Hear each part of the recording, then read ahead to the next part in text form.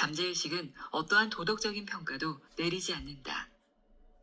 나 자신이나 다른 사람이 내 습관을 좋게 바라보든 나쁘게 바라보든 중립적인 자세를 취한다. 그렇게 부정적인 생각을 내면에 암실해 아무런 고민 없이 들인다면 시간이 지날수록 부정적인 생각이 일상의 경험과 관계로 표출되는 경험을 하고 충격을 금치 못할 것이다. 나에게 일어나는 일 중 저절로 일어나는 일은 아무것도 없다. 자신의 세계를 바꾸려면 내면을 변화시키는 것에서부터 출발해야 한다. 잠재의식은 내면의 암실과 같다는 개념을 이해한다면 잠재의식의 힘을 발견하는 여정에 즐겁게 임할 수 있다. 일단 생각을 품으면 인생을 변화시키는 게 그리 힘든 일이 아님을 깨달을 것이다. 지금 마음에 품고 있는 이미지를 새로운 이미지로 대체하는 건 그리 어렵지 않기 때문이다. 이런 원리를 이해하면 아등바등 애쓰지 않고도 삶의 긍정적인 변화를 불러올 수 있다. 어린 시절에 형성된 믿음과 성향이 지금까지 지속되어 내 삶에 영향을 끼친다는 걸 알면 놀랄지도 모른다. 여태까지 있는지도 몰랐던 그 믿음과 생각들은 사실 어린 시절부터 내면에 자리 잡아 잠재의식이라는 암실의 깊은 곳에 숨어 있다. 이런 원리를 깨우치고 나면 왜 생각에 주의를 기울여야 하는지 자연스레 알게 된다. 선풍기 근처에 앉으면 목이 결린다고 믿는 할아버지의 예를 보자. 그의 잠재의식은 선풍기를 목을 결리게 만드는 물건으로 볼 것이다. 불편한 기운을 조성하고 목을 결리게 하는 건 선풍기 주위에서 빠르게 진동하는 에너지의 분자들이 아니라 그릇된 믿음이다. 에너지의 분자들도 선풍기도 인간에게 해를 끼치지 않는다. 사무실에서 누군가가 재채기를 하면 나한테 감기가 옮지는 않을까 걱정하는 사람이 있다. 두려움은 마음을 움직여 두려워하는 일을 실제로 일어나게 만든다.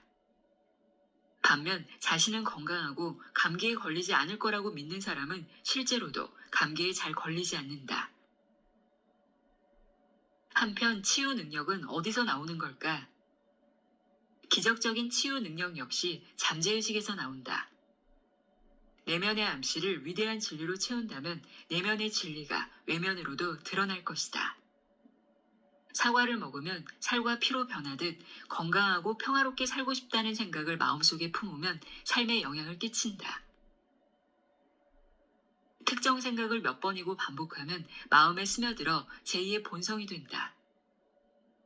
걷거나 수영하거나 춤추거나 피아노 치는 법을 배우는 것과 다를 바 없다. 이게 바로 기도이자 잠재의식이 작동하는 고차원적인 원리다. 휘발유를 넣는다고 바로 차가 굴러가는 게 아니다. 먼저 휘발유를 태워서 증기로 변환해야 한다. 마음도 마찬가지다.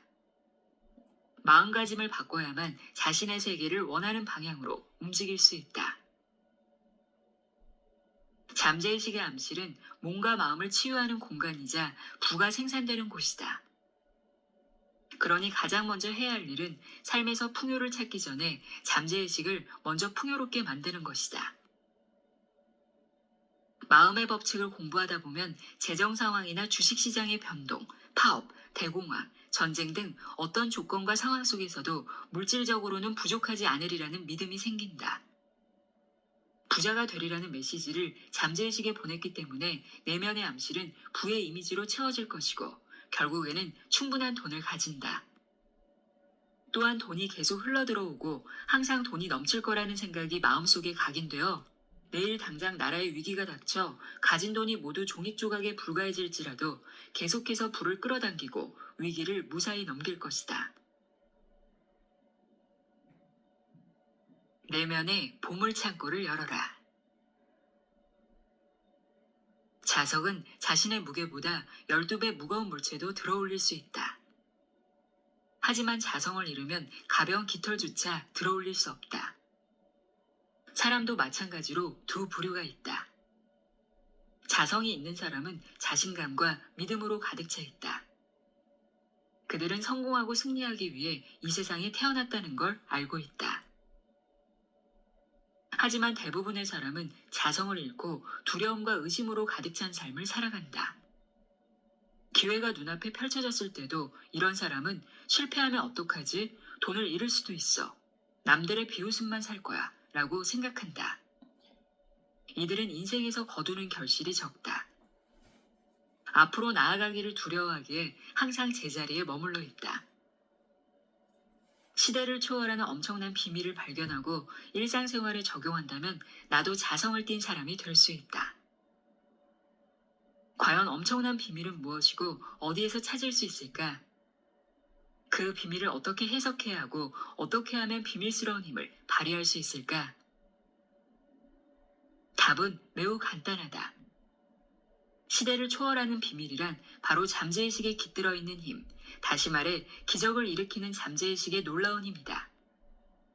아마 시대를 초월하는 엄청난 비밀에 관해 알고 있는 사람이 얼마 안 되는 이유는 잠재의식의 비밀이 깃들어 있다고 생각하는 사람이 거의 없기 때문이다. 숨어있는 잠재의식의 힘을 느끼고 이를 사용하는 법을 알면 지금보다 더 활력 넘치는 삶을 살고 더 많은 재물과 건강, 그리고 행복과 기쁨을 누릴 것이다. 잠재의식의 놀라운 힘. 잠재의식의 힘을 우리는 이미 가지고 있다. 그러니 잠재의식의 힘을 얻으려고 따로 애쓸 필요가 없다. 하지만 그 힘을 어떻게 사용하는지는 지금부터 배워야 한다. 잠재의식의 힘을 삶의 모든 국면에 적용하기 위해서는 먼저 그 본질을 이해해야 한다. 이 책에서 설명하는 간단한 기법과 절차를 따르면 잠재의식에 관한 지식을 쌓고 이해도를 높일 수 있다. 참신한 시각으로 삶을 바라봄으로써 영감을 얻고 잠재의식의 힘을 사용하여 모든 소망과 꿈을 실현할 수 있다. 잠재의식을 통해 지금 당장 현재의 삶을 더 위대하고 풍요로우며 다채롭고 고결하게 변화시킬 수 있다. 우리는 모두 내면의 생각과 감정, 힘, 그리고 빛과 사랑, 아름다움을 발견할 권리가 있다. 비록 눈으로 직접 볼 수는 없지만 내면의 힘은 위대하다. 모든 문제에 대한 답과 결과에 대한 원인이 잠재의식에 숨어 있다. 숨겨진 이 힘을 외부로 끌어내는 법을 배운다면 풍요롭고 안정되며 즐거운 삶의 주인으로 살 수 있다. 믿음의 법칙을 따르는 잠재의식의 작동 원리. 화학, 물리학, 수학의 원리와 잠재의식이 작동하는 원리는 근본적으로 다를 바 없다. 화학적 힘이나 물리적 힘을 활용하려면 화학과 물리학의 원리를 배워야 하듯 잠재의식의 힘을 사용하고 싶다면 잠재의식의 원리를 깨쳐야 한다. 물은 낮은 곳으로 흐른다 라는 원리를 생각해보자. 물이 높은 곳에서 낮은 곳으로 흐르는 건 사람들 모두가 받아들이는 보편적인 원리다. 어떤 종류의 물이든 상관없이 모든 액체는 물과 같은 성질을 띈다. 고대 이집트인들은 이 원리를 알고 있었다. 그리고 물이 높은 곳에서 낮은 곳으로 흐르는 원리를 이용하여 피라미드의 토대를 완벽하게 쌓았다. 오늘날 엔지니어들은 물이 낮은 곳으로 흐르는 원리를 이용하여 관계시설부터 수력발전소까지 다양한 물 관련 시설을 설계한다.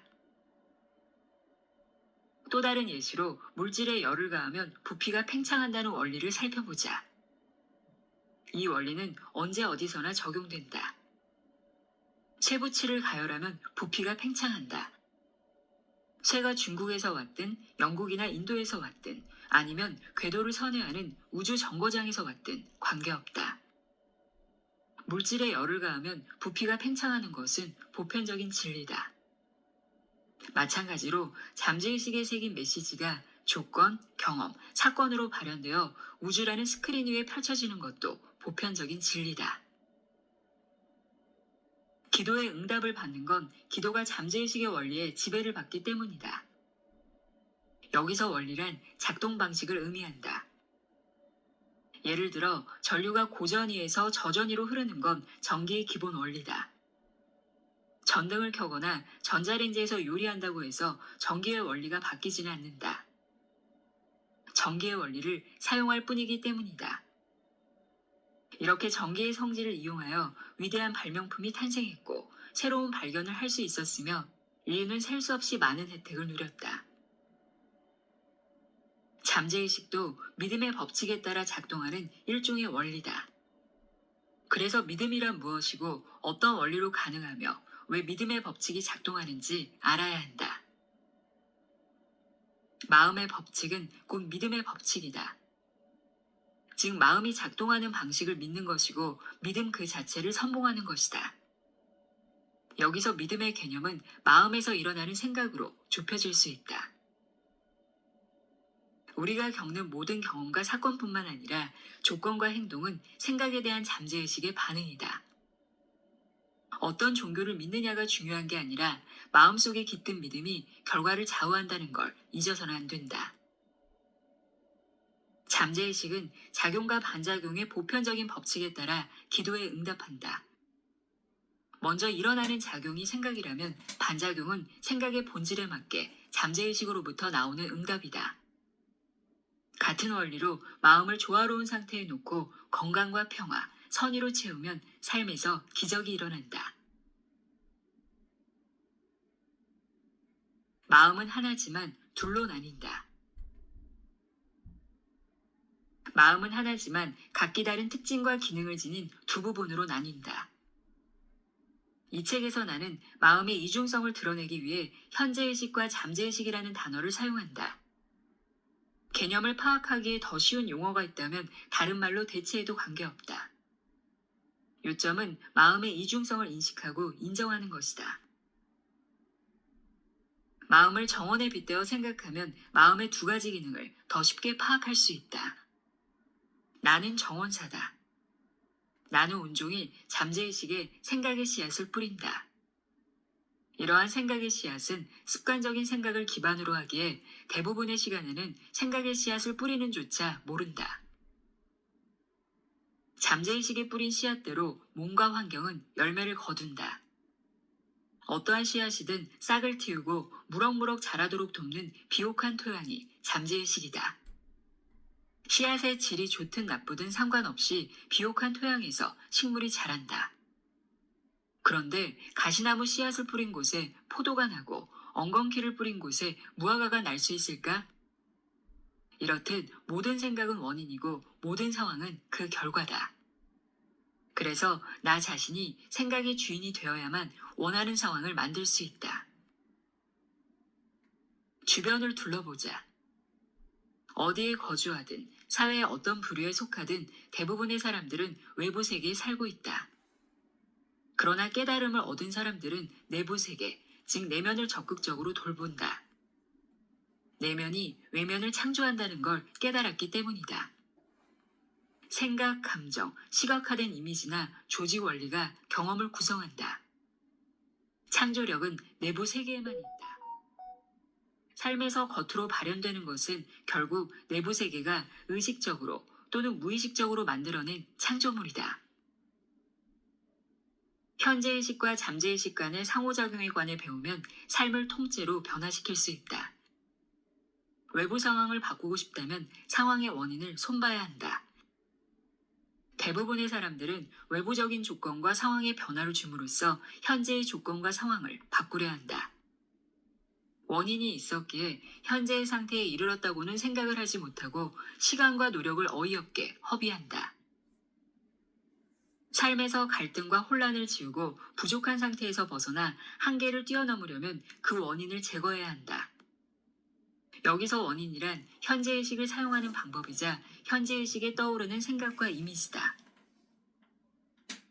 원리는 아주 간단하다. 원인을 바꿔야 결과를 바꿀 수 있다. 잠재의식은 현재의식의 명령에 의문을 품지 않는다.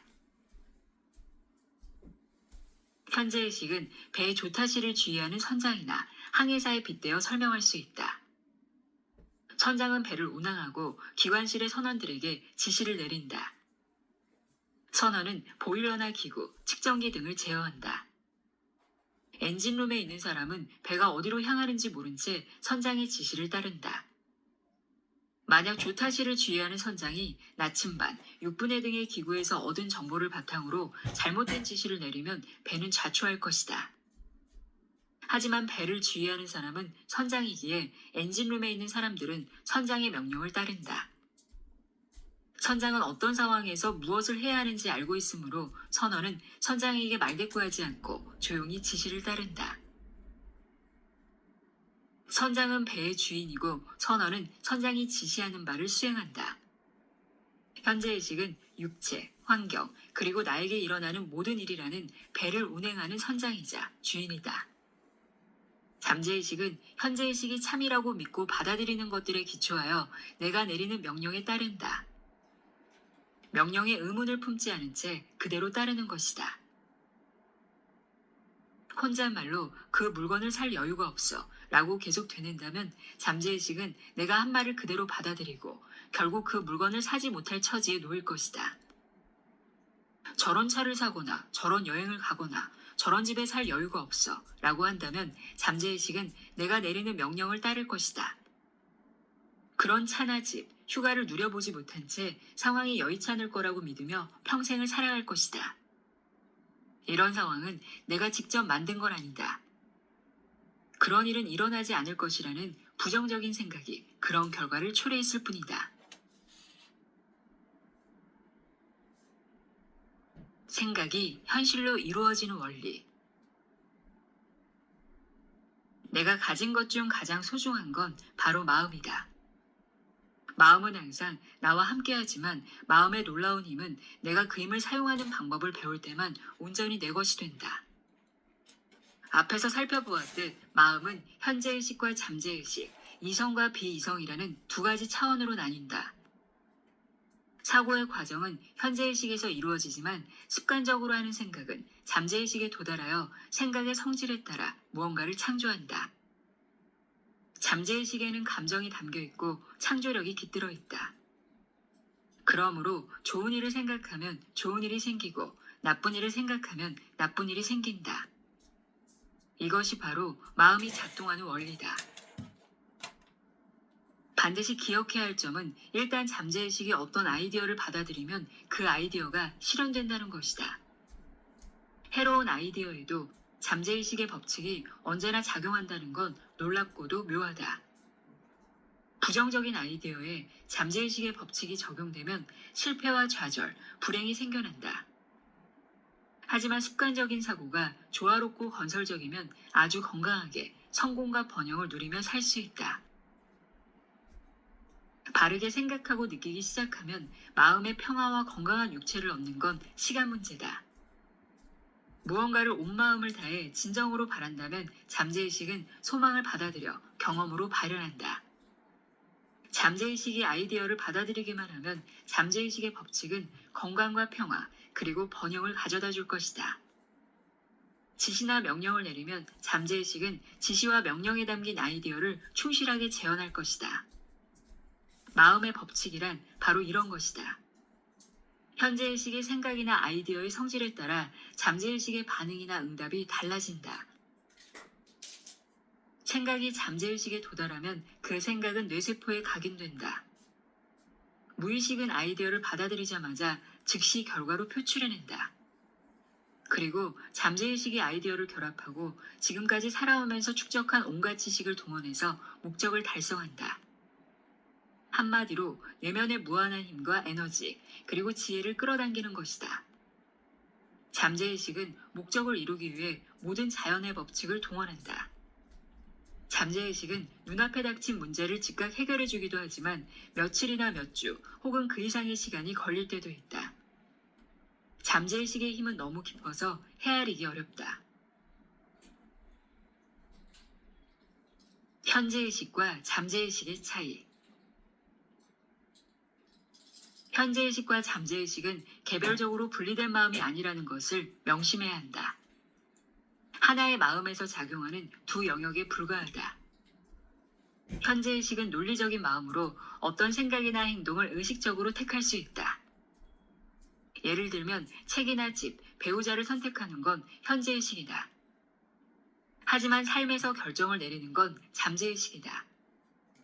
생체 기능을 유지하는 것도 잠재의식이다. 의식적으로 결정을 내리지 않아도 심장박동이나 소화, 순환, 호흡 등 중요한 생체 기능은 계속해서 돌아간다. 현재의식과는 무관하게 잠재의식의 통제를 받는 것이다. 잠재의식은 현재의식의 믿음에 깔려있는 메시지를 받아들인다. 잠재의식은 현재의식처럼 사물을 판단하지 않고 논쟁하지 않는다. 그래서 잠재의식은 좋든 나쁘든 모든 씨앗의 싹을 틔우는 토양과 같고, 생각은 생명력을 불어넣는 씨앗에 비유할 수 있다. 부정적이고 파괴적인 생각은 잠재의식에서 부정적으로 작용하여 머지않아 외부 세계의 경험으로 표출된다. 잠재의식은 지금 하는 생각이 좋은지 나쁜지, 진실인지 거짓인지 판별하는 데는 관심이 없다는 걸 명심하자. 그 생각이 시사하는 바에 따라 반응할 뿐이다. 예를 들어 현재의식에서 어떤 생각을 사실이라고 가정한다고 치자. 그 생각이 실제로 사실이든 거짓이든 관계없이 잠재의식은 이를 사실이라고 받아들여 그에 합당한 결과물을 반드시 도출해낸다. 생각을 사실이라고 믿기 때문이다. 잠재의식은 현재의식처럼 논리적으로 사고하지 못한다. 잠재의식은 어떤 말이 틀렸다고 논쟁하거나 이의를 제기할 능력이 없다. 그래서 잘못된 정보를 주어도 사실이라고 받아들인 후 정말 사실로 만든다. 거짓된 암시를 주더라도 그 암시를 상황이나 경험, 사건으로 바꾸어 놓는다. 나의 모든 일은 내가 특정한 생각을 품었기 때문에 일어난 것이다. 생각이 믿음이 되어 잠재의식에 각인되었기에 그런 일이 발생했다. 그러니 잠재의식에 잘못되거나 왜곡된 개념을 전달했다면 빨리 바로잡는 것이 급선무다. 잠재의식에 건설적이고 조화로운 생각을 반복해서 보내는 게 잘못된 생각을 바로잡는 가장 확실한 방법이다. 습관은 잠재의식에서 싹튼다. 긍정적인 생각이 잠재의식에 반복해서 들어오면 잠재의식은 긍정적인 생각을 받아들여 건전한 생각을 하고 건강한 삶을 사는 습관을 만든다. 현재의식의 습관적인 사고는 잠재의식에 깊이 파고든다. 습관적인 사고가 조화롭고 평화로우며 건설적이라면 잠재의식은 조화롭고 평화로우며 건설적인 환경을 조성한다. 두려움이나 근심에 사로잡혀 있거나 파괴적인 생각이 마음을 좀먹고 있는가? 잠재의식에 자유와 행복, 그리고 온전한 건강에 대해 명령을 내리면 부정적인 생각을 고칠 수 있다. 현재의식은 마음의 문직이다. 앞서 살펴본 바와 같이 현재의식은 마음의 문지기 역할을 한다. 한마디로 현재의식의 가장 중요한 기능은 잘못된 메시지가 잠재의식에 각인되지 않도록 잠재의식을 보호하는 것이다. 잠재의식을 보호하는 게 왜 중요한지 이해하려면 우선 잠재의식은 암시에 매우 민감하다라는 마음의 법칙으로 되돌아가야 한다. 잘 알다시피 잠재의식은 비교 또는 대조를 하거나 논리를 찾거나 스스로 생각하는 능력이 없다. 이런 능력을 갖춘 건 현재의식이다. 잠재의식은 현재의식이 잠재의식에 각인해 놓은 메시지에 반응할 뿐이다. 잠재의식은 어떤 행동을 취할지 선택하지 못하고 그저 주어진 메시지만 받아들인다. 암시의 사전적 의미는 무언가를 마음속에 넣는 행위나 사례다. 암시란 특정한 생각이나 아이디어를 마음속에 품으면 마음이 그 아이디어를 받아들여 효력을 발휘하는 정신적인 과정이다. 암시한 내용이 곧바로 잠재의식에 각인되는 건 아니다. 잠재의식의 암시를 불어넣으려는 의지가 현재의식에 있을 때만 잠재의식은 암시에 반응한다. 현재의식은 암시를 거부하는 능력이 있다.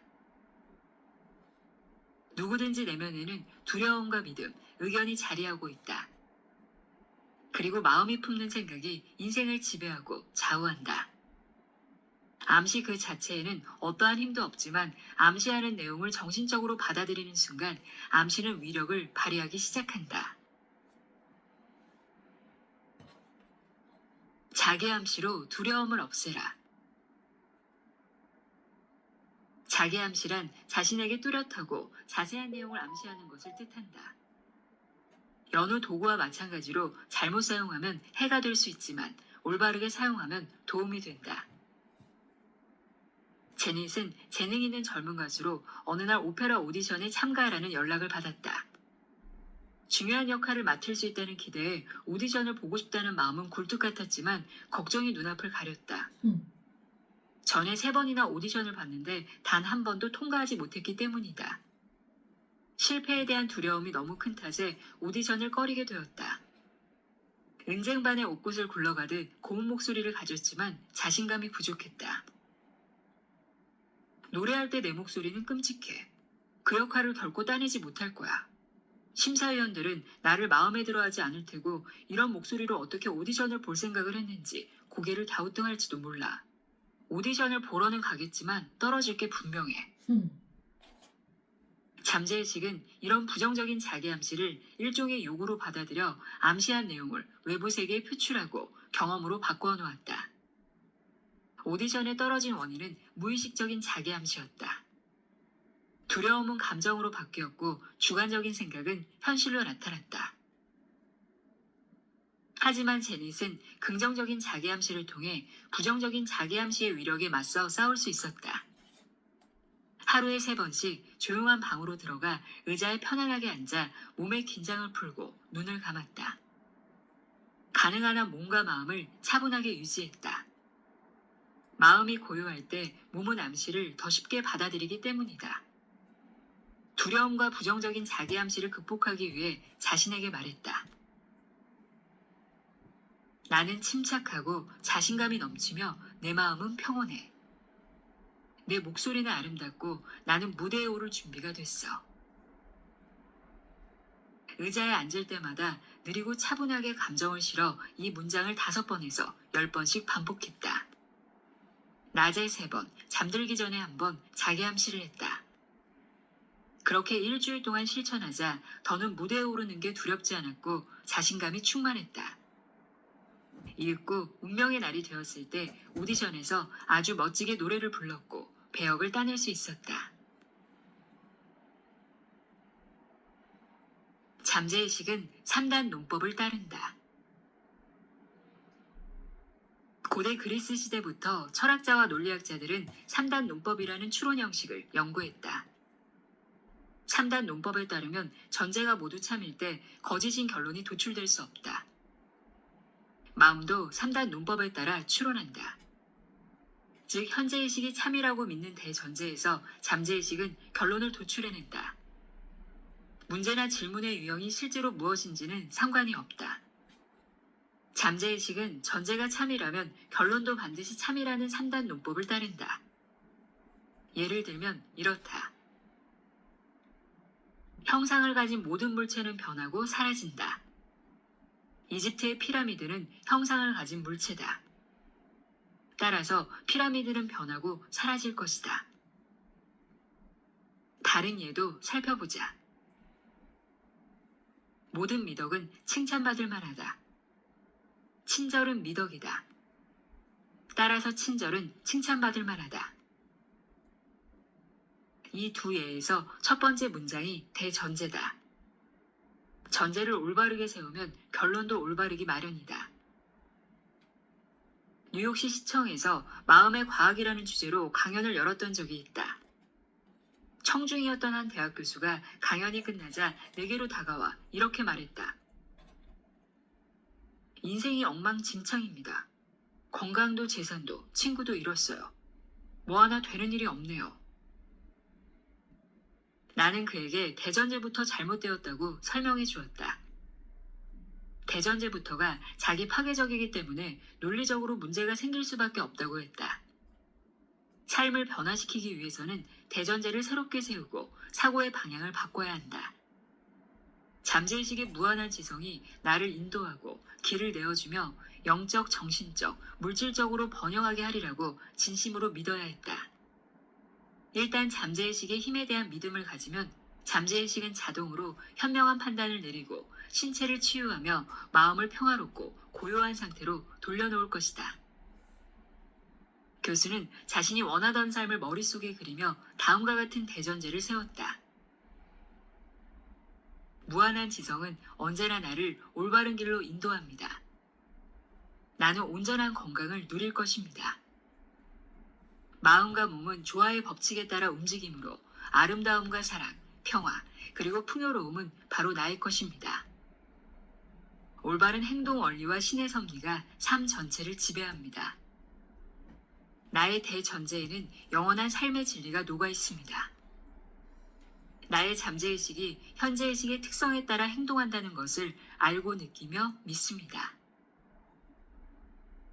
나중에 그는 자신이 변화한 과정에 대해 이렇게 얘기했다. 대전제로 삼은 문장을 천천히 차분하게 정성스럽게 여러 차례 반복했습니다. 이제는 그 내용이 잠재의식에 깊게 스며들고 있다는 걸 압니다. 마음의 법칙에 확신이 생겼고 반드시 결과가 따르리라는 것도 알지요. 저에게 대전제의 힘에 관해 말씀해 주셔서 감사합니다. 인생이 전반적으로 나아지고 있어요. 정말 효과가 있더라고요. 기적을 일으키는 잠재의식의 힘. 잠재의식은 무한한 힘을 가지고 있다. 잠재의식은 영감을 주고 길을 안내한다. 또한 머릿속에 저장된 기억을 생생하게 불러일으킨다. 잠재의식은 심박수와 혈액순환을 관장하고 소화와 흡수, 배설을 조절한다. 빵 한 조각을 먹었을 때 잠재의식은 빵을 조직과 근육, 뼈, 그리고 혈액으로 변화시킨다. 아무리 현명한 사람이라 할지라도 이러한 잠재의식의 작용을 다 헤아리기는 어렵다. 잠재의식은 생명과 직결된 신체의 작용과 기능을 관장하고 모든 문제의 답을 알고 있다. 잠재의식은 잠들거나 쉬지 않고 24시간 작동한다. 그래서 침대에 누워 잠들기 전에 이루고 싶은 구체적인 내용을 잠재의식에 전달하면 기적을 일으키는 잠재의식의 힘을 접할 수 있다. 내면에 숨어있던 힘이 흘러나와 원하던 결과로 나를 이끄는 걸 알면 놀라움을 금치 못하고 기뻐할 것이다. 인도 리시케시에 있는 요가 포레스트 대학교에서 강연을 했을 때 뭄바이에서 강의를 들으러 온 외과 의사와 긴 대화를 나눈 적이 있다. 그는 나에게 제임스 에스데일이라는 의사의 놀라운 이야기를 해주었다.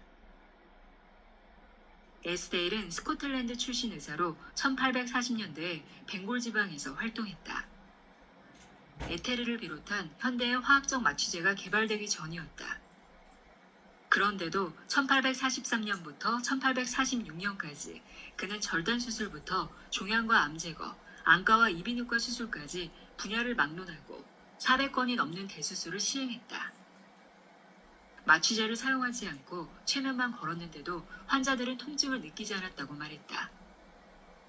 수술 중에 사망한 사람은 단 한 명도 없었다. 더 놀라운 사실은 수술 후에 사망한 환자도 거의 없었다는 것이다. 루이 파스테르와 조지프 리스터 같은 서양 과학자들이 세균 감염에 대해 발표하기 전의 일이다. 그때는 멸균되지 않은 기구나 독성 유기체가 수술 후 감염을 발생시킬 수 있다는 사실을 알지도 못했다. 그런데도 의사가 최면에 걸린 환자들에게 감염이나 폐혈증이 일어날 일은 없다고 말했을 때 잠재의식은 암시에 응했다. 잠재의식은 생명을 위태롭게 할 수 있는 감염과 싸우기 위해 필요한 과정을 작동시켰다. 다시 생각해보면 지금으로부터 150여 년 전 지구 반대편에서 스코틀랜드 출신 외과 의사는 잠재의식이 기적을 일으킨다는 것을 발견했다. 경외심이 들지 않을 수 없다. 에스데일 박사에게 영감을 주고 환자를 죽음의 위협으로부터 지켜준 이러한 초자연적인 힘을 누구나 가질 수 있다. 잠재의식은 시공을 뛰어넘는다. 잠재의식은 고통과 괴로움으로부터 우리를 해방하고 모든 문제의 답을 제공한다. 마음속에 있는 잠재의식의 힘과 지성은 지능을 능가하고 기적을 일으켜 감탄을 자아내게 한다. 이러한 경험을 하면 기적을 일으키는 잠재의식의 힘을 만끽할 수 있고 또한 신뢰하게 된다. 잠재의식이 나를 위해 일하게 만드는 법. 가장 먼저 인식해야 할 점은 잠재의식이 언제나 작동하고 있다는 것이다. 내가 무슨 행동을 하든 밤낮으로 24시간 일하고 있다. 건축업자가 건물을 짓듯 잠재의식은 신체를 형성하지만 소리 없이 일어나는 내면의 작용을 듣거나 인지할 수는 없다. 우리가 제어할 수 있는 건 현재의식이지 잠재의식이 아니다. 아주 좋은 일이 일어나리라는 기대를 품고 사랑스럽고 진실되며 조화로운 생각을 습관적으로 하는 등 현재의식이 바쁘게 움직이도록 하라. 이제 마음과 영혼에 담긴 습관적인 생각과 감정이 외부 세계로 표현되고 재생산되는 것을 알았으니 현재의식을 돌보는 일만 남았다. 파이프에 물을 흘려보내면 물은 파이프의 형태를 띈다. 물이 생명의 원리라면 파이프는 사고의 특성이다. 사고의 특성은 삶의 원리를 결정지으며 내 안에 흐른다. 잠재의식의 치유력이 내 안에 흘러 화합과 건강, 평화, 기쁨, 풍요를 누릴 수 있게 해달라고 요구하자. 잠재의식을 살아있는 지성이자 사랑스러운 동반자로 생각해야 한다. 내 안에서 끊임없이 흐르고 있는 치유력이 활기를 불어넣고 영감을 주고 번영으로 이끈다고 굳게 믿으면 잠재의식은 이에 반응해 믿음을 현실로 만든다. 반드시 응답받는 다양한 기도법. 다리를 건설하거나 우주선을 설계할 때 엔지니어는 잘 알려지고 익숙한 설계 기법과 숙련된 기술을 사용하며 정해진 순서를 따른다. 그래서 필요한 기법과 기술, 순서를 반드시 학습해야 한다. 삶도 마찬가지다. 삶을 다스리고 통제하며 지휘하는 데 필요한 기법과 기술, 그리고 순서가 있다. 먼저 이런 순서와 기법을 익혀야 한다. 기도의 응답을 받고 싶다면 적절한 기법과 순서를 따라야 한다. 기도는 과학적인 방식으로 응답한다. 세상은 질서와 법칙이 지배하기 때문에 우연히 일어나는 일은 아무것도 없다. 기도에는 다양한 접근 방식과 방법이 있다. 이 책에서는 종교의식 중에 이루어지는 형식적이거나 의례적인 기도는 다루지 않을 것이다. 기도란 성취하고자 하는 무언가를 명확하게 표현한 것이다. 기도는 영혼의 진정한 소망을 반영하기에 기도가 곧 소망이라고 볼 수도 있다. 마음속 깊은 곳에서 무언가를 원할 때 기도가 나오므로 기도는 삶에서 원하는 걸 드러낸다. 마음의 설계자가 되어라. 가족이 살 집을 짓고 있다면 집의 설계부터 세심하게 살필 것이다. 그리고 건축업자가 집을 지을 때 설계도의 세부 사항까지 제대로 반영했는지 꼼꼼히 확인하고 건축 자재에도 신경을 쓸 것이다. 사용한 건축 자재의 질에 따라 집에서 보내는 시간의 질이 달라질 수 있음을 알기에 최고급 시멘트와 단열재, 전기 배선, 지붕 등을 선택할 것이다. 행복하고 풍요로운 삶을 살려면 마음의 집과 설계에도 똑같은 주의를 기울여야 하지 않을까? 마음의 집을 짓는 데 사용하는 벽돌의 본질은 인생을 살아가면서 생기는 일과 경험을 결정한다. 설계도에 두려움, 걱정, 불안, 부족 같은 정신적 패턴이 가득하다면 혹은 풀이 죽어 있고 의심이 많다면 냉소, 고생, 근심, 긴장, 한계라는 자세로 마음을 짓고 있는 것이나 다름없다. 깨어있는 순간마다 마음에 어떤 집을 짓느냐는 삶의 본질을 결정하고 삶에 지대한 영향력을 미친다. 말은 고요하고 보이지도 않지만 말에는 진심이 담겨 있다. 우리는 항상 마음의 집을 짓고 있다. 우리가 떠올리는 생각과 심상은 그 집의 청사진이다. 매 순간 떠오르는 생각과 아이디어, 받아들인 믿음, 마음에 숨겨진 무대에서 리허설하는 장면은 눈부신 건강과 성공, 행복이라는 집을 짓는다. 쉴 새 없이 짓고 있는 웅장한 저택은 곧 나의 성격이자 정체성이며 이 세상에서 써내려가는 인생 이야기다. 새로운 청사진을 마련하고 지금 이 순간 평화, 조화, 기쁨, 선의를 느끼면서 마음의 집을 짓자. 원하는 것을 자세하게 전하고 요구하면 잠재의식은 청사진을 받아들여 소망을 모두 이루어준다. 기도의 본질은 믿음이다. 무언가를 얻으려면 믿음으로 구해야 한다. 무엇을 구하려고 하는지 생각하지 않으면 마음은 한 걸음도 움직이지 않는다. 마음속에 떠오르는 심상이 없으면 어디로 나아가야 할지 갈피를 못 잡는 것이다. 잠재의식이 힘을 발휘하여 기도의 열매를 얻으려면 먼저 마음이 기도를 하나의 이미지로 받아들여야 한다. 기도는 기쁘고 편안한 상태에서 소망이 실현되리라고 믿으며 올려야 한다. 무한한 지혜와 힘을 가진 잠재의식이 현재의식에 확답을 주리라는 것을 알고 신뢰할 때 진정한 기도의 주춧돌이 놓이게 된다. 다음의 절차를 따르면 기도의 응답을 받을 것이다. 아이디어를 생생하게 그리는 시각화 기법. 아이디어를 체계화하는 가장 쉽고 분명한 방법은 아이디어를 시각화하는 것이다. 마치 직접 겪은 것처럼 마음의 아이디어를 생생하게 그리는 게 시각화 기법의 요점이다. 외부 세계에 존재하는 것은 육안으로밖에 보지 못한다. 마찬가지로 눈에 보이지 않는 마음의 영역에 존재하는 건 마음의 눈으로만 볼 수 있다. 마음속에 그린 모든 그림은 내가 소망하던 것의 실체이자 보이지 않는 것이 존재한다는 증거다.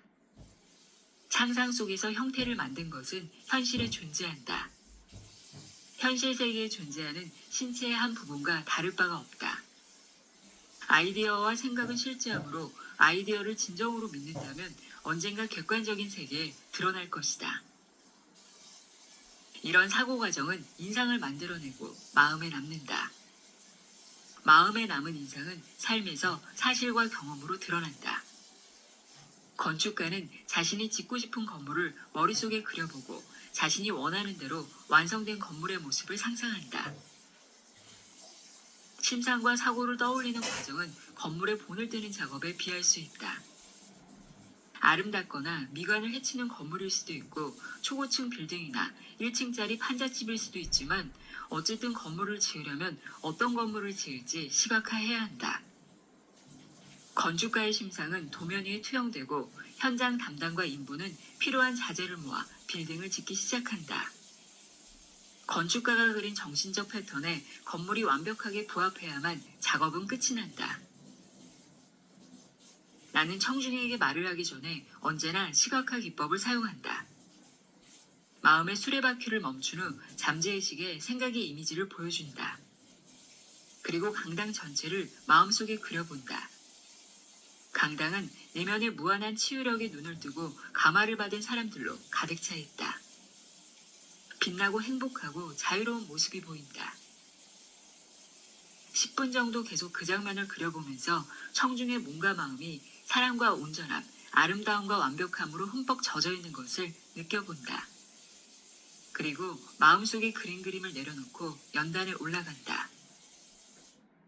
강연을 할 때마다 이런 시각화 기법을 사용하는데 강연이 끝날 때면 나에게 찾아와 기도의 응답을 받았다고 말해주는 사람이 반드시 있다. 소망을 간단한 문장으로 집약하라. 찰스 보드행은 프랑스 루소 연구의 교수였다. 저명한 심리치료사이자 유낭시 치유학교의 연구소장이기도 했다. 그는 졸리고 몽롱한 상태에 들어가는 것이 최소한의 노력으로 잠재의식에 인상을 남기는 가장 효과적인 방법이라고 했다. 나른한 상태에 진입하면 조용하고 수동적이며 수용적인 상태에서 아이디어가 잠재의식에 반영되고 전달되기 때문이다. 보드행은 이렇게 말했다. 잠재의식의 아이디어를 주입하는 방법은 아주 간단합니다. 암시를 걸고 싶은 아이디어를 압축해 기억에 쉽게 새겨질 만한 간단한 문장으로 요약하십시오. 그런 후 자장가를 부르듯이 몇 번이고 반복하십시오. 나른한 상태에서 확언을 반복하라. 졸리고 나른한 상태가 되면 마음의 최소한의 노력만 쏟으면 된다. 졸린 상태에서 현재의식은 가라앉는 경우가 많다. 왜냐하면 잠들기 전과 잠에서 막 깨어났을 때는 잠재의식이 상층부로 떠오르기 때문이다. 소망을 억누르고 잠재의식이 아이디어를 받아들이는 걸 막았던 부정적인 생각은 나른한 상태에서는 더 이상 존재하지 않는다. 예를 들어 나에게 해로운 습관을 없애고 싶다면 편안한 자세를 취하고 몸의 긴장을 풀자. 움직이지 말아야 한다. 졸린 상태가 되면 그대로 나긋나긋하게 자장가를 부르듯 다음 확언을 반복한다. 나는 이 습관에서 완전히 해방됩니다. 조화와 평화가 내 마음을 가득 채우고 있습니다. 천천히 침착하게 애정어린 어조로 5분에서 10분간 밤낮으로 되풀이한다. 단어를 반복할 때마다 감정적 가치가 커진다. 해로운 습관이 불쑥 튀어나올 것 같을 때마다 큰 소리로 반복해서 말해보자. 같은 문장을 반복해서 말하면 잠재의식이 아이디어를 받아들이고 치유가 일어난다. 잠재의식의 힘으로 부자가 되는 법. 만약 금전적인 어려움을 겪고 있거나 겨우 먹고 살 만큼만 번다면 돈이 남아돌 만큼 충분히 있다고 잠재의식에 확신을 주지 않았기 때문이다. 일주일에 겨우 몇 시간만 일하는데 엄청난 수입을 올리는 사람들이 있다는 걸 이미 당신도 알고 있다. 그들은 열심히 일하거나 일에 얽매이지 않는다. 땀을 흘리며 열심히 일해야만 부자가 될 수 있다는 말은 믿지 마라. 그렇지 않다. 힘들이지 않고 돈을 버는 게 가장 좋다. 내가 좋아하는 일을 하면서 기쁨을 찾고 전율을 느껴야 한다. 부는 궁극적으로 개인의 잠재의식 안에 있는 신념에 불과하다. 나는 백만장자다. 나는 백만장자다. 라고 말하기만 해서는 백만장자가 되지 못한다. 부와 풍요라는 아이디어를 정신에 주입하고 성장시킨다면 아이디어는 의식으로 변하고 의식은 외부 세계에서 실현될 것이다. 부의 의식을 성장시켜라. 대부분의 사람이 가진 문제는 그들에게 눈에 보이지 않는 조력자가 없다는 것이다. 그래서 사업이 잘 안 되거나 주가가 내려가거나 투자해서 손해볼 때면 어디에 도움을 청해야 하는지 모른다. 그들이 불안해하는 이유는 잠재의식의 문을 두드리는 방법을 모르기 때문이다. 내 안에 무궁무진한 보물창고가 있다는 사실을 모른다. 가난이라는 패배의식에 젖어서 사는 사람은 결국 가난하게 살아간다. 하지만 부의 아이디어로 마음을 채운 사람은 부족함이 없다. 원래 사람의 인생은 궁핍하게 살도록 설계되어 있지 않다. 모두가 부를 가질 수 있고 필요한 것을 손에 넣을 수 있다. 심지어 남아돌 만큼의 부를 가질 수도 있다. 말에는 그릇된 아이디어로 가득 찬 마음을 씻어내고 그곳에 올바른 아이디어를 불어넣는 힘이 있다. 나도 부자가 되고 싶고 성공하고 싶은데 라고 생각한다면 하루에 서너 번 5분씩 자신에게 반복해서 말해보자. 부와 성공. 이 두 단어에는 엄청난 힘이 있고 잠재의식에 숨겨진 힘을 표상한다. 내 안에 있는 실질적인 힘에 마음을 기울이면 힘의 본질과 성질에 부합하는 조건과 상황이 조성될 것이다. 단순히 나는 부자다 라고 말하는 게 아니라 내 안에 있는 진정한 힘에 관해 거듭 생각하는 것이다. 부라고 말할 때 마음에서 갈등이 일어나는 일은 없다. 또한 부자가 되리라는 생각을 계속하면 부유하다는 느낌이 마음에서 솟아난다. 부유하다는 느낌이 부를 만들어낸다는 걸 언제나 명심해야 한다. 잠재의식은 일종의 은행이나 금융기관에 빗댈 수 있다. 은행에 예치한 금액을 통장에서 확인할 수 있듯 부유해지거나 가난해지는 생각은 현실에서 확인할 수 있다. 부유한 삶을 선택하라. 잠재의식에는 아이디어가 부족한 법이 없다. 내면에는 아이디어가 무수히 많고 언제나 현재의식으로 흘러들 준비가 되어 있다.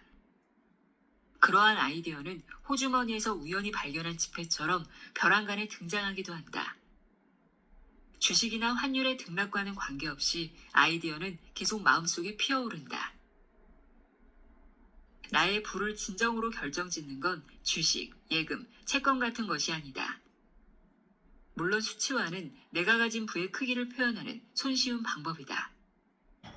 하지만 이는 상징에 지나지 않는다. 내가 강조하고 싶은 점은 부는 내 것이고 삶에서 순환하고 있다는 생각을 잠재의식에 각인하면 어떤 형태로든 부가 굴러든다는 것이다. 두려움은 확언을 무력화한다. 그렇게 해봤는데 효과가 없던데요? 몇 주간, 아니 몇 달간 나는 부자입니다. 나는 번영합니다. 라고 말했는데 아무 일도 일어나지 않았어요. 수많은 사람이 이렇게 불평했다. 그들에게는 공통점이 있었다. 나는 부자입니다. 나는 번영합니다. 라고 말할 때 자신에게 거짓말을 하는 듯한 느낌을 받는다는 것이다. 한 남성은 이렇게 고백했다.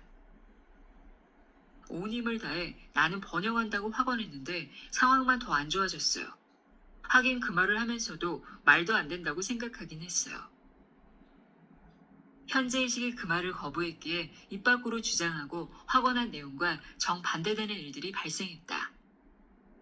효과가 없었던 진짜 이유는 그 말을 한 지 10분도 되기 전에 두려운 생각이 마음속을 비집고 들어와 긍정적인 확언을 무력화했기 때문이다. 기껏 땅에 씨를 뿌리고는 그 자리를 다시 파헤치는 사람은 없다. 식물이 뿌리를 내리고 성장할 수 있도록 가만히 두어야 하는 건 누구나 안다. 그러니 그 돈을 낼 능력이 없어 라고 말하려고 했을 때 그 돈을 이라는 말이 나오는 순간 잠시 멈추고 나는 모든 방면에서 번영하고 있습니다 등의 건설적인 문장으로 바꾸어 보자. 확언의 내용이 구체적이고 내면의 갈등이나 다툼을 불러일으키지 않을 때 그 효과가 가장 잘 발휘된다. 남성의 말은 사실 결핍 상태를 암시했기 때문에 결국 상황이 더 안 좋아진 것이다. 잠재의식은 아무 말이나 문구를 받아들이는 게 아니라 진심으로 진짜라고 느끼는 것만 받아들인다. 현재의식을 지배하는 아이디어나 믿음을 받아들이는 것이다. 내적 갈등을 겪고 있는 사람들에게 유용한 방법을 소개한다. 다음 말을 자주 반복하라. 나는 내가 몸담는 분야에서 쉴 새 없이 번영하고 있습니다. 특히 잠들기 전에 반복하는 것이 좋다. 이러한 확언은 내면의 갈등을 불러일으키지 않는다. 잠재의식에 남아있는 재정적으로 쪼들린다는 느낌과 모순되지 않기 때문이다. 나는 매출이 부진하고 재정 상태가 좋지 않아 수심으로 가득 차 있는 사업가에게 사무실 의자에 앉아 마음을 차분히 하고 매출이 매일 늘어나고 있습니다를 몇 번이고 반복해서 말하라고 조언했다. 이 말은 현재의식과 잠재의식의 협력을 유도해 정말 매출이 증가하는 결과를 가져왔다. 이런 방식으로 밤에 잠자리에 들 때 침착하게 힘을 빼고 감정을 실어 부자라는 단어를 반복해보자. 자장가처럼 부자라는 단어를 어르듯이 반복하면서 잠들다 보면 그 결과에 깜짝 놀랄 것이다. 돈과 풍요가 눈사태처럼 쏟아질 것이기 때문이다. 이는 잠재의식의 기적적인 힘을 느껴볼 수 있는 가장 쉬운 방법이다. 부자가 되는 걸 막는 정신적인 장벽을 치워라. 사람들은 생계를 꾸려나가기 위해 쉴 새 없이 노력한다고 말한다. 하지만 실상은 자기 몸 하나도 건사하기 어려운 것 같다. 그런 사람들이 무슨 말을 하는지 들어본 적 있는가? 그들의 대화 대부분은 다음과 같은 맥락으로 흘러간다. 일단 인생에서 성공하고 남들보다 돋보이는 사람을 끊임없이 비난한다. 저 사람은 부정한 방법으로 재산을 모았어. 돈 앞에서는 인정사정 없지. 사기꾼이야. 하지만 이것이 바로 그들이 부자가 되지 못하는 이유다. 자신이 간절하게 원하고 소망하는 것을 쉴 새 없이 비난한다. 다른 사람의 성공을 질투하고 탐내기에 자기보다 성공한 동료를 험담한다. 자기보다 부자인 사람을 비판하고 비난하는 건 부가 사라지라고 기도하는 것과 다를 바 없다. 사람들이 부자가 되는 걸 가로막는 감정이 바로 질투다. 대부분은 질투가 재산을 내쫓는 걸 모른다. 그래서 돈을 벌기 위해 사서 고생을 한다. 예를 들어 적은 돈을 계좌에 넣으려고 은행에 갔는데 옆 창구의 사람이 거액을 예치하는 것을 봤다고 치자. 이때 드는 질투를 극복하는 방법은 와, 정말 멋지다. 그렇게 부자라니 내가 다 기쁘네. 더 큰 부자가 되면 좋겠다. 라고 자신에게 말하는 것이다. 질투하는 마음은 파괴적이다. 질투는 나를 부정적인 위치에 놓는다. 그래서 부가 흘러들어오기는커녕 흘러나간다. 만약 다른 사람이 부자라서 또는 나보다 성공해서 짜증이 났거나 기분이 나빴던 적이 있다면 이제부터는 더 부자가 되라고 빌어주어야 한다. 이로써 마음속에 있는 부정적인 생각이 중화되고 잠재의식의 법칙에 따라 더 큰 재산이 나에게 흘러들어올 것이다. 부정한 방법으로 돈을 번다고 누군가를 걱정하거나 비난할 필요도 없다. 정말 마음의 법칙을 악용해 부정적인 방법으로 재산을 축적하고 있다면 마음의 법칙이 얼마 지나지 않아 그를 처리해 줄 것이기 때문이다. 다른 사람을 비난하지 않도록 주의를 기울여야 한다. 부자가 되는 걸 막는 장벽은 내 마음속에 있다는 걸 명심하라. 모든 사람과 정신적으로 좋은 관계를 유지함으로써 그 장벽을 무너뜨릴 수 있다. 당연히 내가 누려야 할 부자가 될 권리. 정말로 부자가 되고 싶은지 스스로를 의심하거나 부자가 되고 싶다는 마음을 부끄럽게 생각하지 말자. 더 충만하고 행복하며 멋진 인생을 살고 싶기에 돈을 갈망하는 것뿐이다. 부자가 되고 싶은 것은 당연한 것이고 우주적 원리에 따르는 것이다. 부는 단순히 좋은 걸 넘어 아주 좋은 것이다. 부를 비난하면 부가 도망간다. 이 장을 읽으면서 나는 지금보다 더 많은 돈을 벌 자격이 있어 라고 생각할지도 모른다. 대부분이 그런 생각을 한다. 정말 그런 자격이 있을지언정 실제로 더 많은 돈을 벌지는 못한다. 이런 사람들이 돈을 더 많이 벌지 못하는 가장 큰 이유는 조용히 또는 공공연히 돈이 나쁘다고 비난하기 때문이다. 돈을 더럽다고 하거나 자녀와 친구들에게 돈을 사랑하는 것이 모든 악의 뿌리입니다. 라고 말한다. 가난에 대단한 미덕이 있는 것처럼 포장하여 은근슬쩍 잠재의식으로 보내는 것도 이에 한몫한다. 이러한 무의식적인 사고 패턴은 어린 시절 교육을 잘못 받았거나 성경을 잘못 해석했기 때문이다. 파산했지만 뭐 괜찮습니다. 돈을 좋아하지 않거든요. 돈은 모든 악의 뿌리입니다. 한 남성이 내게 다가와서 말했다. 이 말은 혼란스럽고 신경증적인 생각을 반영한다. 돈에 관한 이상한 믿음이나 미신을 마음속에서 지워버려라. 돈이 악하다거나 더럽다고 생각하지 마라. 도망가라고 돈에 발을 달아주는 꼴밖에 안 된다. 비판하는 대상은 결코 끌어당길 수 없다.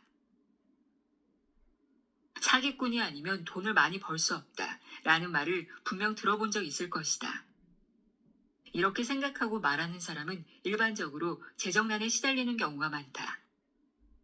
아마도 자신보다 더 성공하거나 돈이 많은 친구를 보며 씁쓸해하거나 배가 아팠을 수도 있다. 그렇다면 이 사람은 사서 고생하고 있다. 친구들에게 품은 부정적인 생각과 부를 비난하면 번영과 부가 도망가 버린다. 자신을 비난하는 사람과 시간을 보내고 싶어하는 사람은 없다. 부도 마찬가지다. 이런 사람은 자신이 원하는 것을 제 손으로 내쫓고 있다. 이 사람은 두 가지 모순된 방법으로 기도를 하고 있다. 한편으로는 부가 나에게 흘러들어왔으면 좋겠다라고 말하면서도 다른 한편으로는 저 친구가 번 돈은 더럽고 악하다라고 말한다. 이러한 모순은 가난과 비참으로 향하는 도로의 이정표와도 같다. 그러니 다른 사람이 부자가 됐다면 함께 기뻐하도록 특별히 신경을 써야 한다. 가난은 마음의 병이다. 가난은 미덕이 아니다. 다른 정신질환처럼 일종의 마음의 병이다. 만약 몸이 아프다면 뭔가 문제가 생겼다는 걸 깨닫고 도움을 구하거나 병을 치료하기 위해 노력할 것이다. 마찬가지로 삶에 충분한 돈이 흐르지 않는다면 근본적으로 뭔가가 잘못되었다는 신호다. 내면에 있는 생명의 원리는 성장과 발전을 향해 나아가고 삶을 더 풍요롭게 만들려고 한다. 우리는 누추한 집에서 누더기 차림으로 배를 고르려고 이 세상에 태어난 게 아니다. 행복하고 번영하며 성공하기 위해 이 세상에 왔다. 실생활에서 돈을 늘리는 방법은 간단하다. 다음 확언을 하루에도 여러 번 반복하면 된다. 돈이 좋습니다. 돈을 사랑합니다. 나는 현명하고 건전하며 분별력 있게 돈을 사용합니다. 돈이 삶에서 끊임없이 순환하고 있습니다. 기쁜 마음으로 돈을 풀어주면 놀랍게도 몇 배가 되어 다시 나에게 돌아옵니다. 돈은 좋고 또 좋은 것입니다. 눈사태처럼 돈과 풍족함이 쏟아집니다. 나는 선한 목적으로만 돈을 사용합니다. 행복하고 마음이 풍요로워짐에 감사합니다. 영양분을 끌어당기는 씨앗처럼 돈을 끌어당겨라. 호주에서 한 젊은이를 만난 적이 있다. 그는 의사가 되는 게 꿈이라고 했다. 과학 수업을 듣고 성적도 좋았지만 부모님을 일찍 여의어 의대 등록금을 마련할 방법이 없었다. 생계를 꾸리기 위해 그는 동네 병원의 진료실을 청소했다. 나는 그에게 이렇게 이야기했다. 땅에 심은 씨앗은 싹을 틔우는 데 필요한 모든 영양분을 끌어당깁니다. 같은 원리로 필요한 아이디어를 잠재의식에 심기만 하면 싹을 틔울 수 있습니다. 젊은이는 잠자리에 들기 전 자신의 이름이 굵은 활자로 크게 쓰여있는 의사 면허증을 매일 상상했다.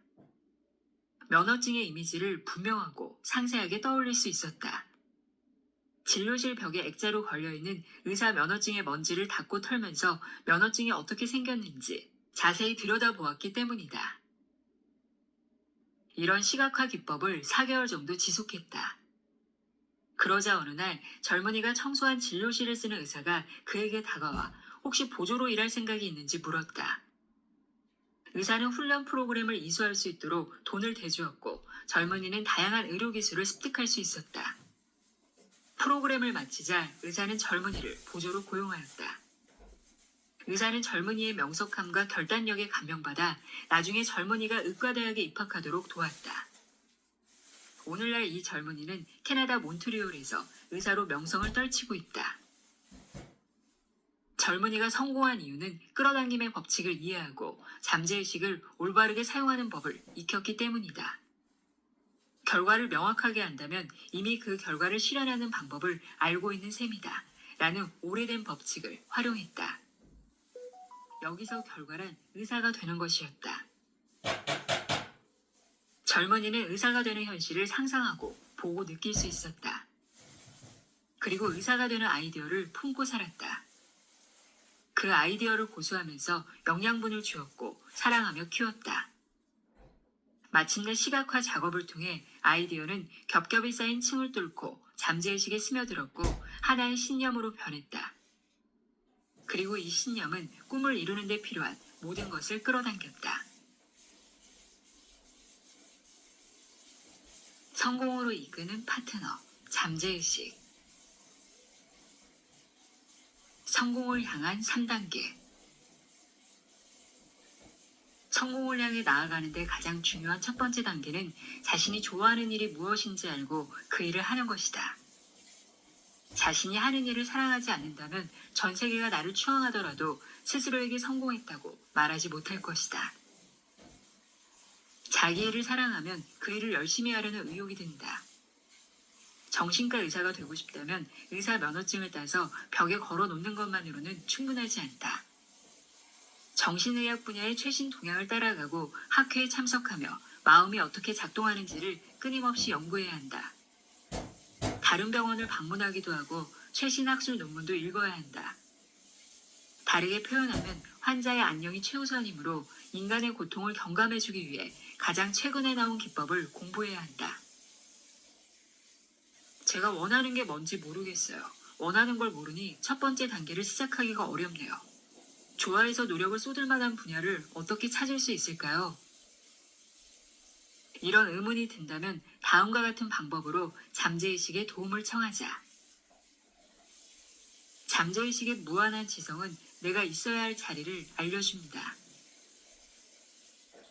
이 기도를 차분하고 긍정적으로 애정을 가지고 반복해보자. 믿음과 자신감을 가지고 계속해서 기도하다 보면 느낌이나 예감을 받거나 어떤 방향으로 이끌려가는 경향을 발견할 것이다. 이게 바로 기도의 응답이다. 응답은 내면의 깨달음의 형태로 분명하고 평화로우며 조용하게 다가올 것이다. 성공을 향한 두 번째 단계는 특정 분야의 전문가가 되어 최고가 되기 위해 노력하는 것이다. 예를 들어 화학자가 되고 싶어하는 학생이 있다고 하자. 학생은 화학의 세부 분야 중에 하나를 선택하여 전문화한 후 시간과 정성을 바쳐야 한다. 열정이 있다면 그 학생은 자신이 택한 분야의 모든 것을 속속들이 누구보다 더 잘 알고 싶을 것이다. 자신이 사랑하는 일에 열성을 다하는 태도와 먹고 살기 위해 일을 하거나 그럭저럭 살아가면 된다라는 마음가짐에는 큰 차이가 있다. 그럭저럭 살아가는 태도로는 진정한 의미의 성공을 할 수 없다. 인간의 동기는 더 의미 있고 고귀하며 이타적이어야 한다. 다른 사람을 위하여 대가를 바라지 않고 베풀어야 한다. 세 번째 단계가 가장 중요하다. 내가 하고 싶은 일이 개인적인 성공을 위한 일이어서만은 안 된다. 나의 이익만을 위해서는 안 되고 인류에게 유익해야 한다. 내 아이디어는 세상을 축복하거나 세상에 봉사하기 위한 것이어야 한다. 나의 이익에서 세상의 이익으로 흐르는 하나의 회로가 완전하게 형성되어야 한다. 일단 회로가 완성되면 그 아이디어가 몇 배의 축복이 되어 돌아온다. 나의 이익만을 위해서 일한다면 성공을 위해 꼭 필요한 회로는 미완의 상태로 남을 것이다. 겉으론 성공한 것처럼 보일 수도 있겠지만 시간이 지날수록 반만 완성된 삶의 회로 때문에 한계에 부딪히거나 질병에 걸리는 일이 생길 수도 있다. 원하는 것을 생생하게 상상하라. 내 강연과 수업을 주기적으로 들은 마거리 씨라는 젊은 여성이 있다. 강연 장소와 멀리 떨어진 곳에 살던 마거릿은 매번 버스를 3번 갈아타며 편도 90분 거리를 이동해 강연을 들으러 왔다. 마거릿이 강연을 들으러 온 어느 날 나는 일할 때 쓸 자동차가 필요했던 남성이 자동차를 얻은 이야기를 들려줬다. 집으로 돌아간 마거릿은 내가 강의 시간에 설명한 기법을 실험해봤다. 이후 나는 마거릿에게 편지 한 통을 받았다. 마거릿의 동의를 받아 편지 내용을 여기에 공유한다. 저는 자기 개발에 성공하려면 자동차가 한 대 있어야 한다는 사실을 알고 있었습니다. 그렇지 않으면 박사님의 강연을 꾸준히 들으러 갈 수가 없었거든요. 그래서 저는 기왕 차를 장만하겠다면 제가 늘 갖고 싶어 하던 드림카인 캐딜락을 갖겠다고 결심했습니다. 그때부터 실제로 차를 살 때 거치는 모든 단계를 상상했습니다. 자동차 전시장에 들어가 관심 있는 모델을 시승하는 제 모습을 상상했습니다. 캐딜락에 올라타 운전하고 주차된 차 위에 덮개를 씌우는 장면을 비롯한 여러 심상을 2주가 넘는 시간 동안 쉬지 않고 그렸습니다. 그 캐딜락이 제 차가 될 것이라고 되뇌고 또 되뇌었습니다. 지난주에 저는 캐딜락을 끌고 교수님 강연을 들으러 갔습니다. 잉글로우에 살던 삼촌이 돌아가시면서 제게 캐딜락 한 대와 재산 전부를 물려주셨거든요. 성공의 열쇠는 성공에 관한 생각에 담겨 있다. 유명한 기업 임원 중 대다수는 성공이 자기 것이 되었다는 확신이 들 때까지 하루에도 몇 번씩 성공이라는 추상적인 용어를 사용한다. 성공의 필수적인 요소는 모두 성공에 관한 생각에 담겨 있다는 사실을 알고 있었던 것이다. 이들처럼 나도 지금부터 성공이라는 단어를 계속 되뇌면 믿음과 확신을 기를 수 있다. 잠재의식이 성공을 진정으로 받아들여 성공할 수밖에 없는 잠재의식을 구축하기 때문이다. 마음속 믿음과 인상, 신념을 밖으로 표출해야 한다. 성공은 나에게 무엇을 의미하는가? 나는 성공적인 가정생활과 인간관계를 원한다. 스스로 선택한 일과 직업에서 두각을 나타내고 싶다. 멋진 집에서 살고 멋진 삶을 사는데 필요한 돈을 가지고 평화롭고 행복하게 살고 싶다. 영성으로 충만한 생활을 하길 원하고 잠재의식과도 자유롭게 교감하고 싶다. 우리는 삶이라는 기업을 운영하는 임원이다. 하고 싶은 일을 하고 갖고 싶은 것을 가진 자신의 모습을 상상해서 성공적인 임원이 되어라. 상상력이 풍부한 사람이 되어라. 현실 세계에서의 성공에 정신적으로 참여하라. 이러한 행동을 습관으로 만들어라. 매일 밤 성공을 음미하며 온전히 만족한 상태로 잠들어라. 그러면 성공을 향한 생각이 마침내 잠재의식에 뿌리내린다. 성공하기 위해 태어났다고 믿어라. 그러면 기도에 따라 놀라운 일들이 일어날 것이다. 좋은 습관을 만들 때 효과 좋은 생각법. 습관은 잠재의식의 기능이다. 우리는 모두 습관의 동물이다. 습관은 잠재의식의 기능이다. 수영, 자전거 타기, 춤, 운전을 의식적으로 반복해서 연습하면 잠재의식 안에 습관으로 굳어진다. 제2의 천성이라고도 불리는 습관은 제1의 천성인 생각과 행동에 잠재의식이 보이는 반응이다. 습관을 스스로 만들어내면 좋은 습관이나 나쁜 습관을 자유롭게 선택할 수 있다. 부정적인 생각을 일정 기간 반복한다면 부정적인 생각을 습관적으로 하고 싶다는 충동에 빠진다. 잠재의식의 법칙은 충동이다. 절망에 가까운 상황에 놓여있던 밥이 나를 찾아왔다. 술 때문에 직장, 아내, 가족을 전부 잃었습니다. 아내는 제 전화도 안 받아요. 딸을 만나게 해주지도 않고요. 어디에 도움을 청할지 모르겠습니다. 술을 끊으려고 노력은 해보셨나요? 물론이죠. 여러 번 시도해봤어요. 한동안은 정말 술을 끊은 적도 있고요. 하지만 2주도 못 가 다시 술을 찾습니다. 미치겠어요. 이 불행한 남성은 같은 실패를 몇 번이고 반복했다. 남성은 폭음이 습관이 되었다는 사실을 알았고 새로운 습관을 만들어야 한다는 사실을 깨달았다. 그러나 술을 마시고 싶은 마음을 억지로 억누르는 것은 역효과만 낳았다. 금주의 번번이 실패하자 그는 충동이나 강박에 대한 제어력을 완전히 잃고 절망에 빠졌다. 남성의 절망감은 잠재의식에도 크나큰 영향을 미쳤다. 의지가 더욱 약해진 남성의 삶에서는 실패가 연이어 일어났다. 나는 그에게 현재의식과 잠재의식 간 기능의 조화를 이루는 법을 가르쳤다. 두 의식이 협력하면 잠재의식에 내재한 생각과 욕망에도 영향을 미친다. 남성은 그동안 오래된 습관이 그를 잘못된 길로 이끌었으니 이제 의식적으로 노력해 자유, 맑은 정신, 마음의 평안으로 향하는 길을 구축해야 한다는 사실을 깨달았다. 자동으로 튀어나오는 파괴적인 습관도 사실은 자신이 선택한 것임을 깨달았다. 부정적으로 생각할 수 있다면 긍정적으로도 생각할 수 있다는 사실 또한 깨달았다. 마침내 그는 자신이 무력하다는 생각을 멈춰 나쁜 습관을 떨쳐냈다. 자신의 치유를 방해하는 것은 자기 생각뿐이라는 사실을 완벽히 깨달은 것이다. 이제 그는 나쁜 습관을 없애기 위해 억지로 정신적인 노력을 할 필요가 없게 되었다. 밥은 몸의 긴장을 풀고 명상에 들어가는 연습을 하기 시작했다. 그러자 그의 마음은 그가 이루려는 욕구로 가득 차게 되었다.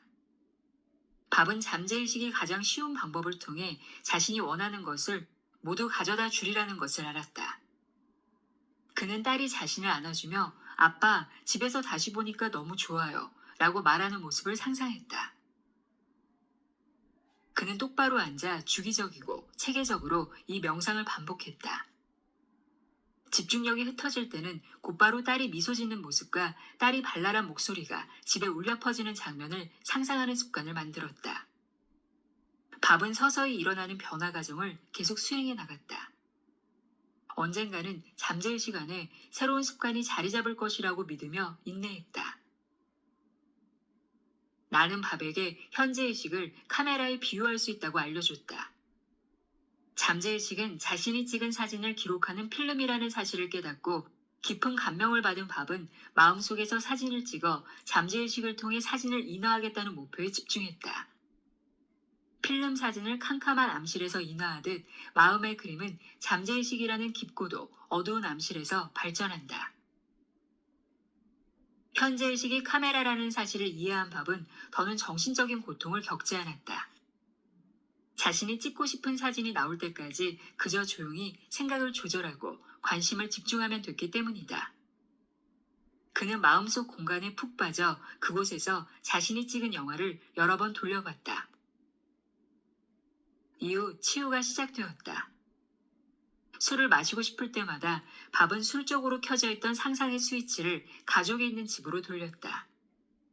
마음속에서 촬영하고 있는 사진을 반드시 현실에서 인화하겠다는 확고한 마음을 지킨 끝에 밥은 성공했다. 그는 술을 완전히 끊고 가족과 재결합했다. 오늘날 그는 성공적인 업무 경력을 쌓으며 행복한 삶을 살고 있다.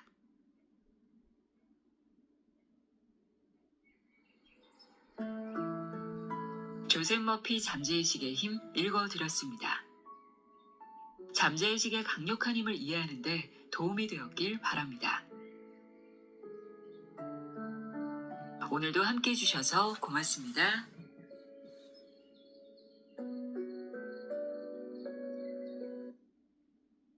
그리고 암시한 내용이 곧바로 잠재의식에 각인되는 건 아니다. 잠재의식의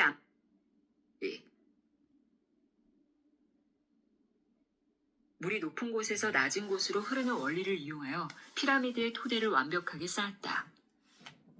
오늘날 엔지니어들은 물이 낮은 곳으로 흐르는 원리를 이용하여 관계시설부터 수력발전소까지 다양한 물 관련 시설을 설계한다. 또 다른 예시로 물질에 열을 가하면 부피가 팩이라는 암실의 깊은 곳에 숨어 있다. 이런 원리를 깨우치고 나면 왜 생각에 주의를 기울여야 하는지 자연스레 알게 된다. 선풍기 근처에 앉으면 목이 결린다고 믿는 할아버지의 예를 보자. 그의 잠재의식은 선풍기를 목을 결리게 만드는 물건으로 볼 것이다. 불편한 기온을 조성하고 목을 결리게 하는 건 선풍기 주위에서 빠르게 진동하는 에너지의 분자들이 아니라 그릇된 믿음이다. 에너지의 분자들도 선풍기도 인간에게 해를 끼치지 않는다. 사무실에서 누군가가 재채기를 하면 나한테 감기가 옮지는 않을까 걱정하는 사람이 있다. 두려움은 마음을 움직여 두려워하는 일을 실제로 일어나게 만든다. 반면 자신은 건강하고 감기에 걸리지 않을 거라고 믿는 사람은 실제로도 감기에 잘 걸리지 않는다. 한편 치유 능력은 어디서 나오는 걸까? 기적적인 치유 능력 역시 잠재의식에서 나온다. 내면의 암시를 위대한 진리로 채운다면 내면의 진리가 외면으로도 드러날 것이다. 사과를 먹으면 살과 피로 변하듯 건강하고 평화롭게 살고 싶다는 생각을 마음속에 품으면 삶에 영향을 끼친다. 특정 생각을 몇 번이고 반복하면 마음에 스며들어 제2의 본성이 된다.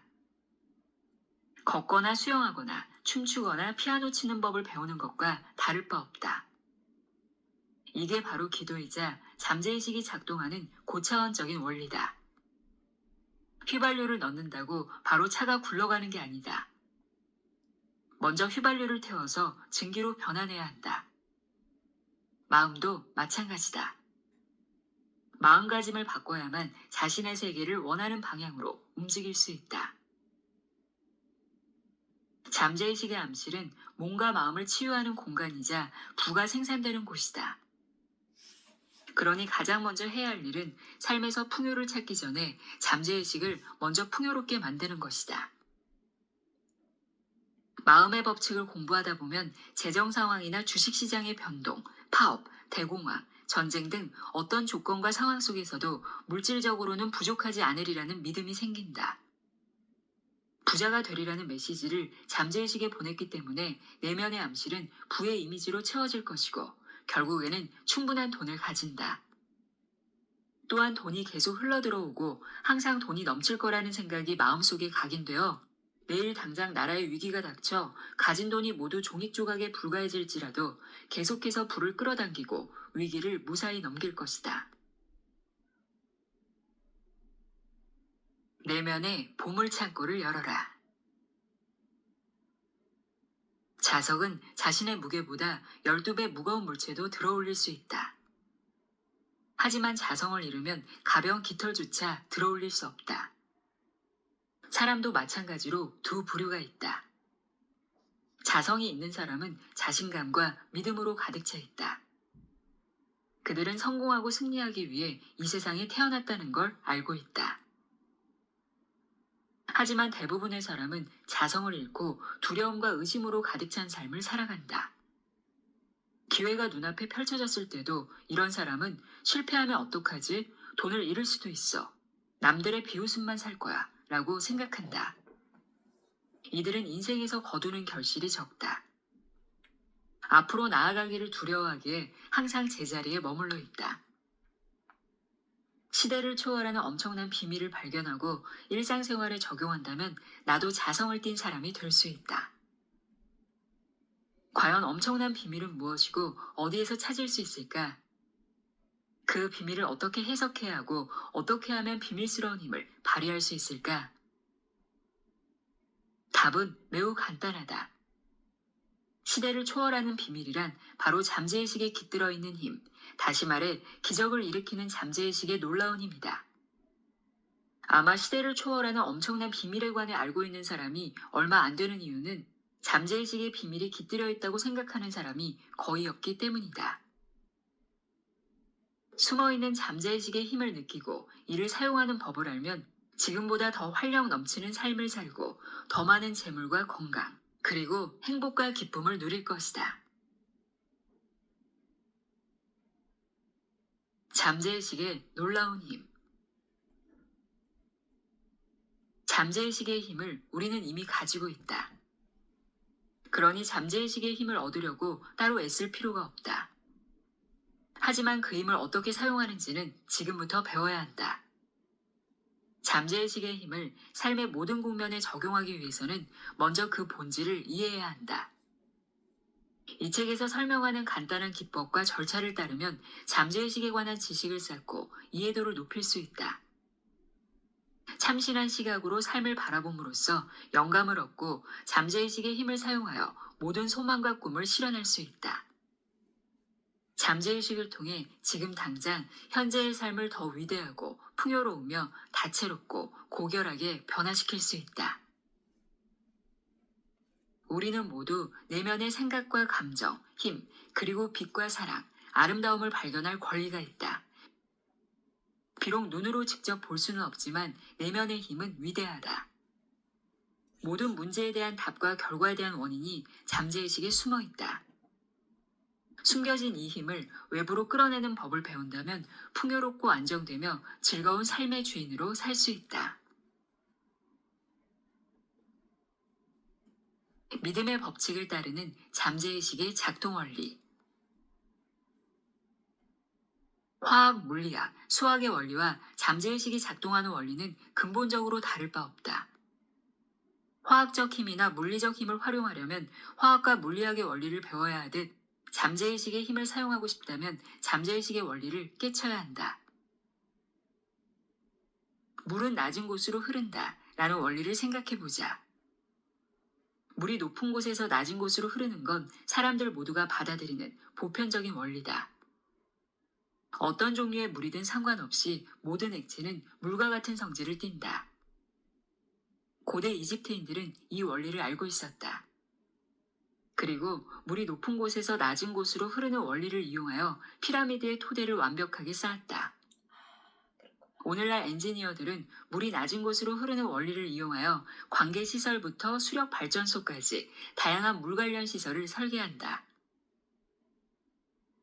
또 다른 예시로 물질에 열을 가하면 부피가 팽창한다는 원리를 살펴보자. 이 원리는 언제 어디서나 적용된다.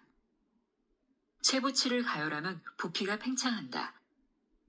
쇠가 중국에서 왔든 영국이나 인도에서 왔든 아니면 궤도를 선회하는 우주 정거장에서 왔든 관계없다. 물질에 열을 가하면 부피가 팽창하는 것은 보편적인 진리다. 마찬가지로 잠재의식에 새긴 메시지가 조건, 경험, 사건으로 발현되어 우주라는 스크린 위에 펼쳐지는 것도 보편적인 진리다. 기도의 응답을 받는 건 기도가 잠재의식의 원리에 지배를 받기 때문이다. 여기서 원리란 작동 방식을 의미한다. 예를 들어 전류가 고전위에서 저전위로 흐르는 건 전기의 기본 원리다. 전등을 켜거나 전자레인지에서 요리한다고 해서 전기의 원리가 바뀌지는 않는다. 전기의 원리를 사용할 뿐이기 때문이다. 이렇게 전기의 성질을 이용하여 위대한 발명품이 탄생했고 새로운 발견을 할 수 있었으며 인류는 셀 수 없이 많은 혜택을 누렸다. 잠재의식도 믿음의 법칙에 따라 작동하는 일종의 원리다. 그래서 믿음이란 무엇이고 어떤 원리로 가능하며 왜 믿음의 법칙이 작동하는지 알아야 한다. 마음의 법칙은 곧 믿음의 법칙이다. 즉 마음이 작동하는 방식을 믿는 것이고 믿음 그 자체를 선봉하는 것이다. 여기서 믿음의 개념은 마음에서 일어나는 생각으로 좁혀질 수 있다. 우리가 겪는 모든 경험과 사건뿐만 아니라 조건과 행동은 생각에 대한 잠재의식의 반응이다. 어떤 종교를 믿느냐가 중요한 게 아니라 마음속에 깃든 믿음이 결과를 좌우한다는 걸 잊어서는 안 된다. 잠재의식은 작용과 반작용의 보편적인 법칙에 따라 기도에 응답한다. 먼저 일어나는 작용이 생각이라면 반작용은 생각의 본질에 맞게 잠재의식으로부터 나오는 응답이다. 같은 원리로 마음을 조화로운 상태에 놓고 건강과 평화, 선의로 채우면 삶에서 기적이 일어난다. 마음은 하나지만 둘로 나뉜다. 마음은 하나지만 각기 다른 특징과 기능을 지닌 두 부분으로 나뉜다. 이 책에서 나는 마음의 이중성을 드러내기 위해 현재의식과 잠재의식이라는 단어를 사용한다. 개념을 파악하기에 더 쉬운 용어가 있다면 다른 말로 대체해도 관계없다. 요점은 마음의 이중성을 인식하고 인정하는 것이다. 마음을 정원에 빗대어 생각하면 마음의 두 가지 기능을 더 쉽게 파악할 수 있다. 나는 정원사다. 나는 온종일 잠재의식에 생각의 씨앗을 뿌린다. 이러한 생각의 씨앗은 습관적인 생각을 기반으로 하기에 대부분의 시간에는 생각의 씨앗을 뿌리는 조차 모른다. 잠재의식에 뿌린 씨앗대로 몸과 환경은 열매를 거둔다. 어떠한 씨앗이든 싹을 틔우고 무럭무럭 자라도록 돕는 비옥한 토양이 잠재의식이다. 씨앗의 질이 좋든 나쁘든 상관없이 비옥한 토양에서 식물이 자란다. 그런데 가시나무 씨앗을 뿌린 곳에 포도가 나고 엉겅퀴를 뿌린 곳에 무화과가 날 수 있을까? 이렇듯 모든 생각은 원인이고 모든 상황은 그 결과다. 그래서 나 자신이 생각의 주인이 되어야만 원하는 상황을 만들 수 있다. 주변을 둘러보자. 어디에 거주하든 사회의 어떤 부류에 속하든 대부분의 사람들은 외부 세계에 살고 있다. 그러나 깨달음을 얻은 사람들은 내부 세계, 즉 내면을 적극적으로 돌본다. 내면이 외면을 창조한다는 걸 깨달았기 때문이다. 생각, 감정, 시각화된 이미지나 조직 원리가 경험을 구성한다. 창조력은 내부 세계에만 있다. 삶에서 겉으로 발현되는 것은 결국 내부 세계가 의식적으로 또는 무의식적으로 만들어낸 창조물이다. 현재의식과 잠재의식 간의 상호작용에 관해 배우면 삶을 통째로 변화시킬 수 있다. 외부 상황을 바꾸고 싶다면 상황의 원인을 손봐야 한다. 대부분의 사람들은 외부적인 조건과 상황의 변화를 줌으로써 현재의 조건과 상황을 바꾸려 한다. 원인이 있었기에 현재의 상태에 이르렀다고는 생각을 하지 못하고 시간과 노력을 어이없게 허비한다. 삶에서 갈등과 혼란을 지우고 부족한 상태에서 벗어나 한계를 뛰어넘으려면 그 원인을 제거해야 한다. 여기서 원인이란 현재의식을 사용하는 방법이자 현재의식에 떠오르는 생각과 이미지다. 원리는 아주 간단하다. 원인을 바꿔야 결과를 원리는 아주 간단하다. 원인을 바꿔야 결과를 바꿀 수 있다. 잠재의식은 현재의식의 명령에 의문을 품지 않는다. 현재의식은 배의 조타시를 주의하는 선장이나 항해사에 빗대어 설명할 수 있다. 선장은 배를 운항하고 기관실의 선원들에게 지시를 내린다. 선원은 보일러나 기구, 측정기 등을 제어한다. 엔진룸에 있는 사람은 배가 어디로 향하는지 모른 채 선장의 지시를 따른다. 만약 조타시를 주의하는 선장이 나침반, 육분해 등의 기구에서 얻은 정보를 바탕으로 잘못된 지시를 내리면 배는 좌초할 것이다. 하지만 배를 주의하는 사람은 선장이기에 엔진룸에 있는 사람들은 선장의 명령을 따른다. 선장은 어떤 상황에서 무엇을 해야 하는지 알고 있으므로 선원은 선장에게 말대꾸하지 않고 조용히 지시를 따른다. 선장은 배의 주인이고 선원은 선장이 지시하는 바를 수행한다. 현재의식은 육체, 환경, 그리고 나에게 일어나는 모든 일이라는 배를 운행하는 선장이자 주인이다. 잠재의식은 현재의식이 참이라고 믿고